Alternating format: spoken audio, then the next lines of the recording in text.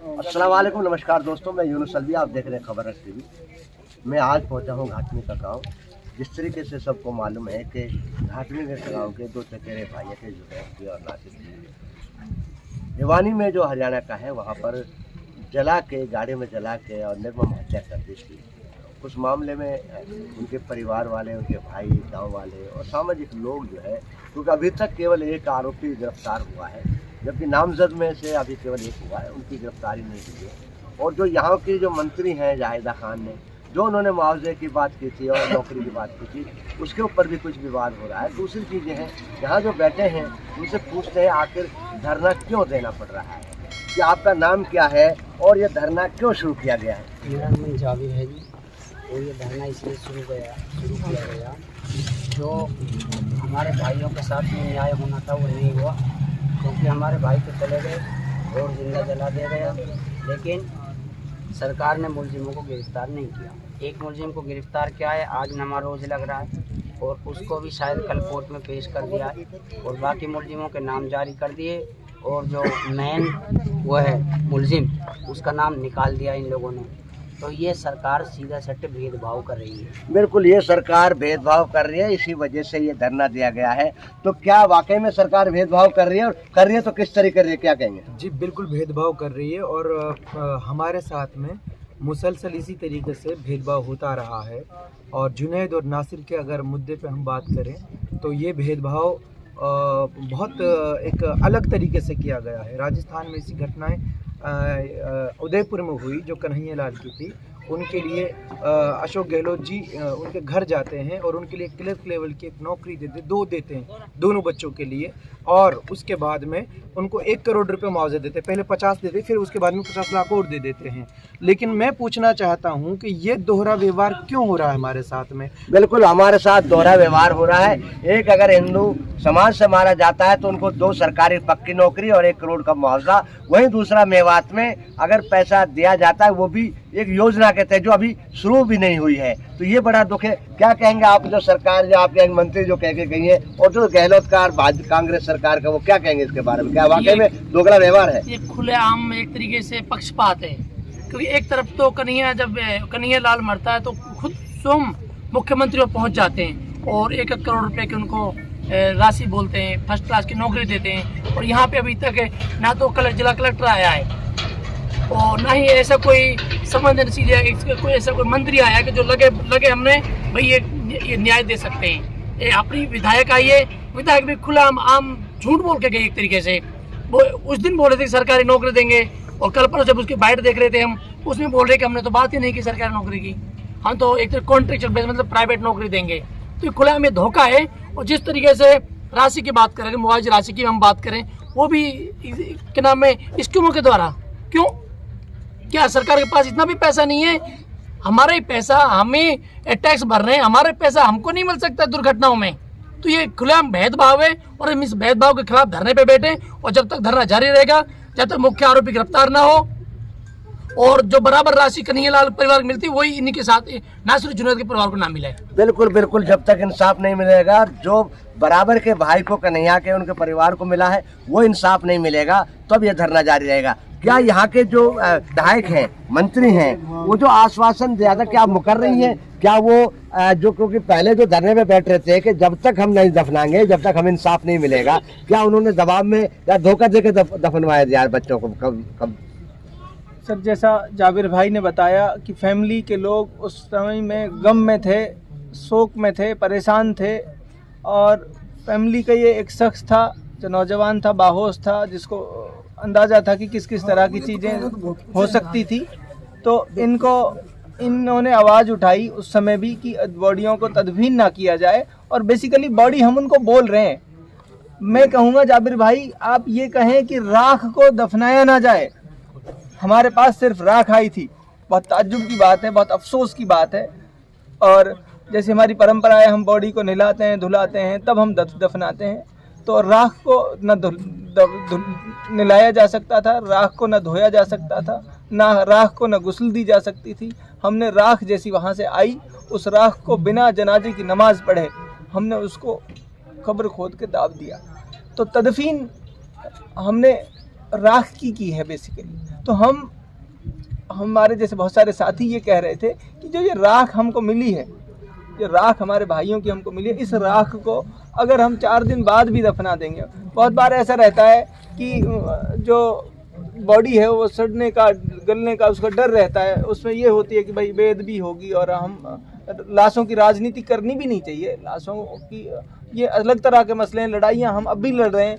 और तो हमने बहुत सारे साथियों ने ये कहा था कि ये इस बार हमारे पास जो विचित्र परिस्थिति है कि हमको राख मिली है हमारे भाइयों की, तो हम ये चाहते हैं कि जब तक ये राख है इसको देख देख के तरास आता था, हम चाहते थे कि ये राख जो है इसको 2 दिन बाद भी हम दफना सकते हैं। लेकिन जिस तरह का दबाव बनाया गया, मैं अकेला नहीं हूँ उसका गवाह, पूरा इलाका उसका गवाह है। और इंतहा तब हो गई कि पूरे इलाके के चौधरी आज़ादी से लेकर अब तक जिस आदमी को, जिस खानदान की पूरा इलाका इज्जत करता है, बहुत इज्जतदार घराने की बेटी और बहुत इज्जतदार घराने की बहू बिरादरी के सामने ये वादा करके जाती है, और मैं अकेला नहीं हूँ, पूरे हजारों लोग इस बात के गवाह हैं, पूरा इलाका इसका गवाह है।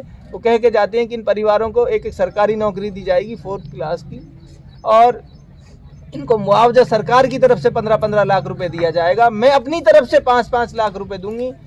उनका बेटा है जो प्रधान है पंचायत समिति पहाड़ी से, उनकी बेटी है जो कामा प्रधान है, वो 50-50 हज़ार रुपये देंगी। ऐसे करके उन्होंने 20-20 लाख रुपए की घोषणा की थी। उसके बाद अभी जो चीज़ें सामने आई हैं, उनका बयान एमएलए साहब का आया है, जिसने सारी चिंताएं पूरे परिवार की, पूरे इलाके की, बच्चा बच्चा करहा रहा है, बच्चा बच्चा परेशान है, बच्चे बच्चे के आंसू हैं खून के, इलाके की जिम्मेदार और अपनी बात से मुकर जाती है। इन गरीब यतीम बच्चों की तरफ उसको जरा नहीं समझ आता कि इन यतीम बच्चों का क्या बनेगा। कॉन्ट्रैक्ट की नौकरी देने की बात करती है, वो ऐसी नौकरी है, उनको कल धक्के दे के कोई भगा देगा तो उसके पास कुछ नहीं है। उसके बाद मुआवजे की बात आती है, तो मुआवजे की बात में कितनी सारी शंकाएं पैदा हो गई हैं। मुआवजा कहती हैं, चिरंजीवी एक योजना हमारे यहाँ चलती है, उस योजना में सरकार का किसी मंत्री के घोषणा करने जैसा कुछ नहीं है। आपके साथ अगर कोई हादसा हुआ, मेरे साथ अगर कोई हादसा हुआ, तो मेरे परिवार वाले जाके वो पैसा निकाल सकते हैं, उसको पैसा वो मिल जाएगा। कानूनी तो ये माना जाए कि सरकार कुछ नहीं दे रही, एक योजना दे रही है। इसमें भी बहुत बड़ा झोल है, इसमें भी बहुत बड़ा झूठ है, इसमें भी बहुत बड़ी मक्कारी है, जिससे पीड़ा है, तकलीफ है। उस मक्कारी ये है कि वो योजना 5 लाख रुपए तक थी इस साल लागू, कि चिरंजीवी योजना में अगर इस तरह की दुर्घटना में कोई परिवार मरता है तो 5 लाख रुपए उसको मिल जाएंगे। इस साल बजट में बढ़ा के वो उस लिमिट को 10 लाख रुपए किया गया है। तो आप पढ़े लिखे हैं, हम सब समझदार लोग हैं, बजट हमेशा 1 अप्रैल से लागू होता है। तो जो दुर्घटना 15 फरवरी की हो गई, वो उसको 1 अप्रैल से जो बजट लागू होगा उसका बेनिफिट उसको कैसे मिल जाएगा। 5 लाख रुपए की एमएलए साहब ये कहती हैं कि 5-10 लाख तो बोलती हैं चिरंजीवी में मिलेगा, जबकि उसमें 5 लाख मिलना है ज़्यादा से ज़्यादा। और फिर कहती हैं कि जो बाकी 5 लाख है वो 5 लाख एक और योजना है, उस योजना का नाम मंत्री जी को भी नहीं पता। ये गरीब परिवार उस और योजना का कैसे पता करेगा कि एक और योजना बताई थी मंत्री जी ने, वो एक और योजना कौन सी है। तो ये माना जाए कि चाहे मंत्री हो, चाहे प्रशासन हो, चाहे पुलिस विभाग हो, सब एक धोखा दे रहे हैं। क्या कहेंगे, क्या सारे धोखा कर रहे हैं? क्या कहेंगे? धोखा हमने जीवन में कभी नहीं देखा, क्योंकि हम 4 दिन से अलवर से यहाँ धरने पे आ रहे हैं। और मैंने कल देखा है हमारे मुख्यमंत्री साहब गहलोत जी अलवर में एक शादी में आते हैं, 20 किलोमीटर एरिया पड़ता है, यहाँ तक नहीं आ सकते। और उसमें हमारे टोटल कौम के रहनुमा वहाँ पहुँचते हैं और दस्तखत देते हैं वहाँ, और यहाँ से टोटल ही 20 से 25 किलोमीटर है। अब बताइए 25 किलोमीटर दूर गहलोत साहब यहाँ नहीं आ सकते, तो अब हम समझ सकते हैं कि हमारा कितना ये लोग यूज करते हैं। तो ये माना जाए कि जो गोपालगंज कांड जैसा ही फिर उसी नज़र से देख रहे हैं। बिल्कुल बिल्कुल, उससे भी ये समझो कि हल्की नज़र से देख रहे हैं इसको। ये कह रहे हैं कि कोई बात नहीं, क्योंकि हमारे जो रहनुमा लोग हैं वो उनके साथ में अलग अलग कमेटी बना करके वहाँ पेश कर देते हैं। जरूरत क्या है पेश करने की, जब हम यहाँ सब पूरा गांव मौजूद है, मैयत यहाँ है, हदीरे हमारे यहाँ है, कब्रस्तान यहाँ है, किसी को क्या पता क्या कुछ कोई कह रहा है। यहाँ गहलोत साहब आए, जनता के सामने बोले, जो भी उनको कहना है वो कहें। आपने देखा, हम देख रहे हैं सोशल मीडिया के माध्यम से किस तरह से चक्का जाम किया जा रहा है एक इतना बड़ा आतंकवादी के खिलाफ, और लोग सड़कों पे राजस्थान में उतरे हुए, लेकिन उसी के समर्थन में हरियाणा में देखो हालत क्या हो रहा है। बजरंग दल, ये दल, वो दल, सारे दल वो कहें कि हमारा तो बेटा ही है, हमारा तो श्री राम ही है, हमारा तो भगवान ही है। क्या हो सकता है एक आतंकवादी को भगवान का रूप दिया जा रहा है? उसमें ये दोनों सरकार लिप्त है। बिल्कुल बिल्कुल, दोनों सरकार लिप्त है और स्थानीय मंत्री विधायक वो भी जो है कि खाना पूर्ति करिए। लगता है कि पहले भी जो गोपालगढ़ कांड हुआ था उसमें भी यही टाइम पे विधायक थी और यही हालात थे, और उसमें हालात क्या है वो तो सारे पे हम पीछे नहीं जाना चाहते। फिर कहते हैं आखिर धरना की जरूरत क्यों पड़ रही है? क्या वाकई में मंत्री इसमें कोई धोखाबाजी कर रही हैं? क्या उन्हीं की वजह से आपको इंसाफ नहीं मिल रहा है? सबसे पहले धन्यवाद जो हमारे घाट मेगा के कांड को जो कवरेज जो लोग मीडिया वाले कर रहे हैं, सबसे पहले मैं इनको धन्यवाद देना चाहूँगा। लेकिन मीडिया वालों को के माध्यम से मैं देश को ये बताने जा रहा हूँ, क्या हमारे ये आंसू क्या पूरा देश नहीं देख रहा? क्या हमारे देश के प्रधानमंत्री को नहीं पता? क्या हमारे राजस्थान के मुख्यमंत्री को नहीं पता? क्या हरियाणा के मुख्यमंत्री को नहीं पता? क्या इस देश के मुसलमानों के आंसू कभी दिखते नहीं है? जो लोग, जब इस देश में कोरोना काल आता है तो लोगों से थालियां पिटवाई जाती है और ये थालियां लोगों को दिखती हैं, लेकिन मेवात के आंसू कभी लोगों को नजर नहीं आते। आज से आज तक कितने लोगों की हमारी जान गई है ये हम सब जानते हैं, लेकिन इस देश में मेवातियों के ऊपर कब तक शासन हो, ये जो राजनीति होगी ये राजनीतिकरण है। एक मुद्दे को दबाने के लिए मुस्लिमों को मार दिया जाता है और उनको मौत के घाट उतार दिया जाता है। बिल को दबाने के लिए, ना इंसाफ देने के लिए इस तरह की घटना की जाती है, राजनीतिक फायदा उठाने के लिए। अभी आपने जाबिर साहब आपने जिक्र किया कि जिस दिन ये मामला हुआ था, इकट्ठे हुए थे कि आप लोग गम में थे, दुख में थे, उसके बावजूद भी आप पैरों पे खड़े होकर आप हक की बात कर रहे थे। और उस टाइम उसके जो मंत्री है उनके पति ने क्यों धमकाया था? क्या कारण था? क्या डिमांड कर रहे थे?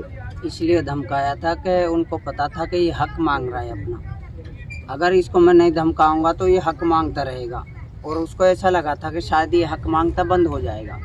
लेकिन अल्हम्दुलिल्लाह मुझे तो पता है ना हक क्या चीज़ है और आवाज़ उठाना क्या चीज़ है, क्योंकि हमने हमेशा से सीखा है कि जो चोर है ना उनकी आंख में आंख डाल करके बात करोगे ना आप, तो इंशाल्लाह फिर पता चल जाएगा कि ये चोर है साहूकार है। इसीलिए उनको दर्द हो रहा था कि ये हक मांग रहा है और ये सोच रहा है जिस तरीके से उदयपुर वालों के साथ में इंसाफ किया गया और यहाँ नाइंसाफ़ी की गई है तो उसी की मांग रखेंगे।